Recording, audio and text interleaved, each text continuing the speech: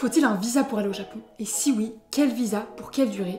De quoi as-tu besoin au niveau administratif pour aller au Japon? Minasan konnichiwa, Reina desu yo. Tu souhaites partir au Japon? Alors t'es au bon endroit. Dans cette série de vidéos, je te partage tout ce qu'il te faut pour ton premier voyage au Japon, de la préparation à l'arrivée sur place. Pour rappel, dans la première vidéo de cette série, on avait abordé à quelle période partir au Japon, que tu pourras retrouver juste ici. Et aujourd'hui, pour ce deuxième épisode, on va aborder la question suivante. De quoi as-tu besoin au niveau administratif pour partir au Japon?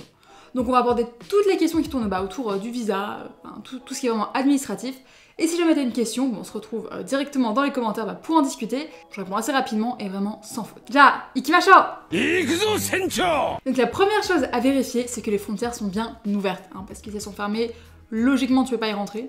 Et ça, malheureusement, moi, je peux pas forcément t'aider parce que la situation est vraiment changeante. On l'a vu avec le Covid.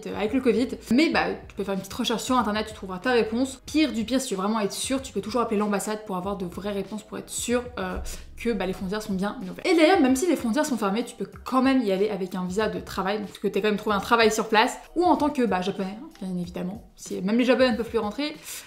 Que voulez-vous faire? Bon, ensuite sache que jusqu'à 3 mois, t'as pas besoin de visa pour aller au Japon. Donc si t'es français et que tu souhaites y aller pour quelques semaines ou un petit mois, t'as pas besoin de visa, t'as seulement besoin de ton passeport, que j'ai refait il y a pas longtemps d'ailleurs. Bref, c'est pas le sujet.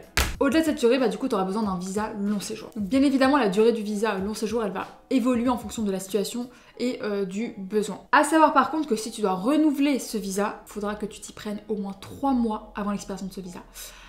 Et ouais, 3 mois c'est énorme. Autant vous dire que les gens qui s'y prennent toujours à la dernière minute, ce qui était un peu mon cas à l'époque, encore toujours un petit peu, faudra vous s'y prendre à l'avance. Faudra le mettre dans un calendrier que 3 mois avant, clac, faut refaire le visa. Et donc pour l'obtenir, il faut une raison claire. Parce que les japonais ne rigolent vraiment pas là-dessus. Donc ça peut être le travail, ça peut être un stage, ça peut être des études. Donc par exemple, en tant qu'étudiant en semestre à l'étranger, ça peut être un rapprochement familial, donc si ton conjoint est expatrié, ou encore ça peut être des activités culturelles. Par contre, il faut savoir que c'est assez compliqué pour un gaijin, donc un étranger, de trouver du travail, donc type serveur sur place, pour plusieurs raisons. La première, qui est assez évidente, c'est qu'en fait, ils cherchent des personnes qui parlent japonais, quand même. Donc si tu parles pas japonais, c'est un peu compliqué. Alors si tu veux, pour avoir une chance, entre guillemets, de pouvoir travailler au Japon, la première et seule chose en fait que je te conseille vraiment, c'est d'apprendre le japonais. C'est clair et net, japonais. Ensuite, la deuxième raison, c'est en fait pour un souci de paye. Donc dans le sens où c'est plus simple de payer un japonais, et je crois qu'ils demandent un passeport japonais en général. Vous voyez, c'est ce petit passeport-là, le petit rouge, quand vous avez votre majorité, il devient rouge, enfin bref, je vous expliquerai un peu tout ça juste après. Donc si tu veux en fait taffer là-bas en mode de petit job, c'est pas forcément évident, c'est pas comme, je sais pas, à Londres par exemple, dans ce genre de pays, de l'Union Européenne du moins. C'est pas aussi simple que ça, donc vraiment je te conseille d'apprendre le japonais dans un premier temps, sinon honnêtement tu peux oublier. Je sais que mon frère lui, il avait déjà bossé là-bas, et le fait d'avoir un passeport japonais, ça a vachement aidé, et le fait qu'il parle japonais aussi. Parce que au final, je dis ça, mais on n'est pas vraiment des gaijins, on est quand même japonais. Donc en fait, c'est pas très intéressant ce que je viens de dire. Mais bon, encore une fois, si vous voulez avoir une chance de pouvoir bosser là-bas, faire un petit taf, le japonais, l'apprentissage du japonais est primordial. D'ailleurs, le gouvernement japonais a annoncé en 2008 que lors des demandes de visa permanent ou long séjour, ils allaient vraiment tenir compte de l'obtention du JLPT. Qu'est-ce que c'est que le JLPT? Donc le JLPT, qu'est-ce que c'est? En fait, c'est un test d'aptitude qui va permettre d'évaluer ton niveau en japonais. Donc bien évidemment, tu as différents niveaux, donc ça part du N5, N4, N3, N2, N1, avec le N1 qui est vraiment niveau natif, et c'est vraiment pour évaluer ton niveau en japonais.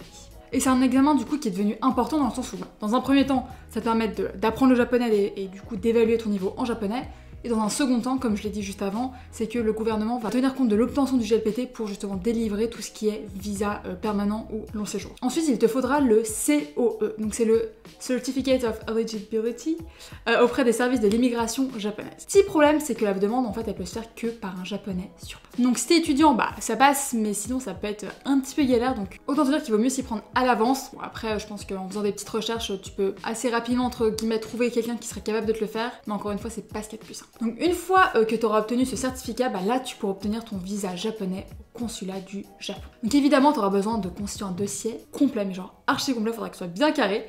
Donc tu auras bien évidemment besoin, je vais te faire la petite liste, d'un passeport valide pour commencer, d'un formulaire de demande de visa bien rempli, une photo d'identité datée de moins de 6 mois, d'un titre de séjour en France accompagné du coup d'une photocopie, d'une copie du billet d'avion aller-retour, donc pour prouver que y a bien un retour, une preuve de logement durant tout le séjour au Japon, donc là où tu vas rester en fait, le programme du séjour détaillé, donc en fait tout ce que tu vas faire place en gros, et les 3 derniers relevés de compte bancaire du demandeur de visa japonais. Ensuite, faut également du coup une attestation de travail en France, et le dernier, une copie du dernier avis d'impôt sur le revenu en France. Donc au cas par cas, du coup, ils pourront te demander des documents supplémentaires. Donc comment te dire que c'est un dossier quand même très complet, hein. Enfin, il y a quand même énormément de choses, donc faut vraiment faire attention à ne pas en oublier un, parce que les Japonais sont très clac quoi, il manque quelque chose, next. Donc pour ce type de visa, enfin pour ce visa en tout cas, je te conseille de prévoir au moins 2 semaines et 50 € du coup de frais de dossier et de création de visa.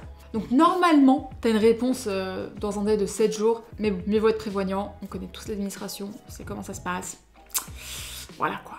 Donc une fois que toutes ces démarches sont faites et que t'as pris ton billet, t'es censé être à l'aéroport de Tokyo. Petite question moi, du coup comment ça se passe une fois que t'arrives à la douane?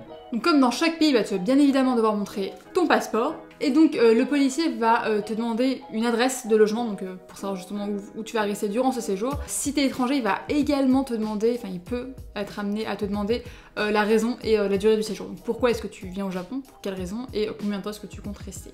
Et puis si t'as obtenu un visa, il suffira juste en fait de montrer ton visa en plus quoi. Donc il n'y a pas de démarche supplémentaire, t'as pas de documents en plus à fournir une fois que tu seras face à la douane. Entre guillemets, avec la douane. Donc tu as juste ton passeport à montrer avec ton visa. Donc ça c'est si tu as un visa, et sinon juste ce petit passeport. Et bien évidemment dans l'avion, il te passe une petite fiche à remplir en fait. Encore une fois, là où il te demande ton adresse, là où tu vas loger, la durée du séjour, enfin toutes ces petites choses. Donc globalement en fait, une fois que tu seras arrivé à l'aéroport de Tokyo, enfin encore une fois j'ai Tokyo, mais au Japon, ça se passe comme partout en fait, comme dans les autres pays. Il n'y a pas de choses supplémentaires à sortir ou à montrer. À partir du moment où tu as ton visa et ton passeport, c'est bon. Et avant de finir cette vidéo, c'est un passeport rouge. Et en fait, il faut savoir qu'au Japon, il y a 2 types de passeports. Enfin, il y a 2 couleurs de passeports. Il y a les rouges et les bleus. Et en fait, les bleus, donc ils ont une durée de 5 ans. Donc, tous les 5 ans, on doit le renouveler. C'est pour les jeunes, en fait. Et lorsque tu atteins ta majorité, tu as le droit de passer au passeport rouge. Donc là, je peux te dire que c'est un cap que tu passes, tu te sens mais comme un adulte. Et donc, pendant 10 ans, ce passeport est valable. Et après, une fois que les 10 ans sont passés, tu dois le renouveler. Donc encore une fois, c'est un beau passeport que je trouve archi stylé quand même. Enfin bon, comme tous les passeports. On a le petit chat qui a fait sa petite apparition et qui est reparti.